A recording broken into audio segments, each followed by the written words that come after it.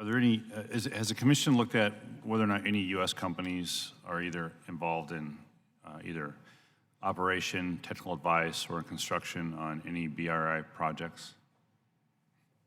We have, I think, did we do a chart in our 2018 report? We can provide for you some information. Most of the U.S. companies that are involved in BRI projects are involved as subcontractors. They're having a tough time breaking into the full contracting thing. So, not surprisingly, the Chinese government is doing here what it does other places, which is it is making these projects advantageous for Chinese companies, bringing in Chinese workers, and making it difficult for U.S. and other companies to get involved. Well, our staff will get to your staff list of the companies. Yeah, and is commission report in recently or in the future, will you have an opinion on whether U.S. companies should participate at all?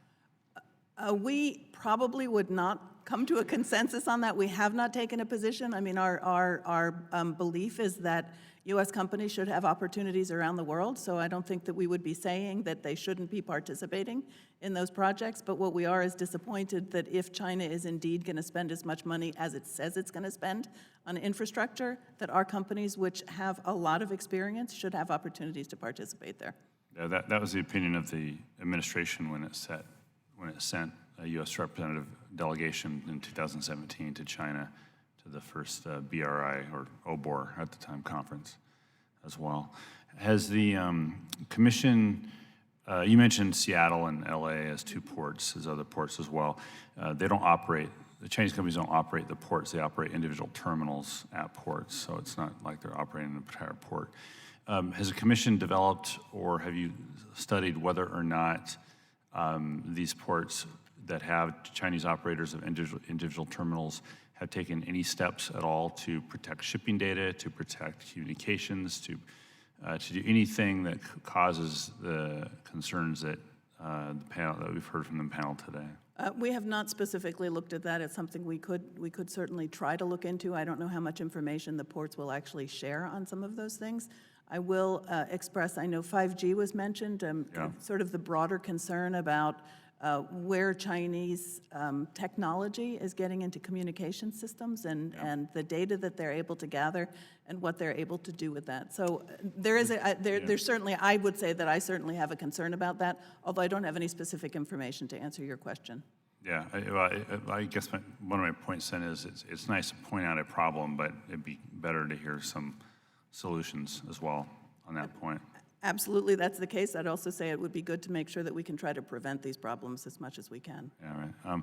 On that point, with regards to technology standards, IMO and ISO, and this goes to the Huawei issue as well, and ZTE, about 35% of the standards essential patents for 5G are actually owned by Chinese-based companies like Huawei or ZTE or state-owned enterprises, and about 15% of those standards essential patents are owned by U.S. companies. So we're focused a lot on the name on the box as opposed to the guts inside the box.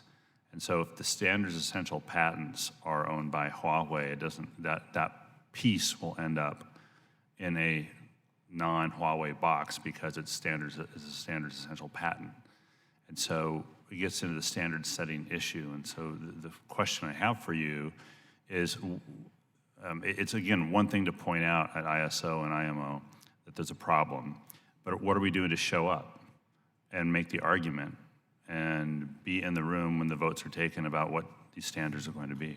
Well, Mr. Larsen, I mean, I think you're putting your finger on a very important point, which is to make sure that we are showing up and that we are participating in these. One thing the Commission has done, not IMO and ISO specific, is that we have we've done a database of where the Chinese government is involved in multinational organizations, multilateral organizations, because they consistently, it's a strategy, right? I mean, they are consistently putting people into positions where they can help determine what standards are going to be. I recognize that the Huawei situation, the technology, it's complicated stuff. You know, things are developed in different places and they're manufactured in different places, and it's complicated stuff.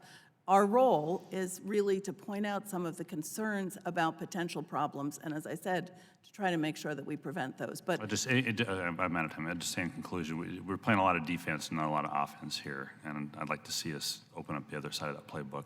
And that goes to everybody at the table. Yeah. Thanks. Thank you. Thank the gentleman. Mr. Gallagher.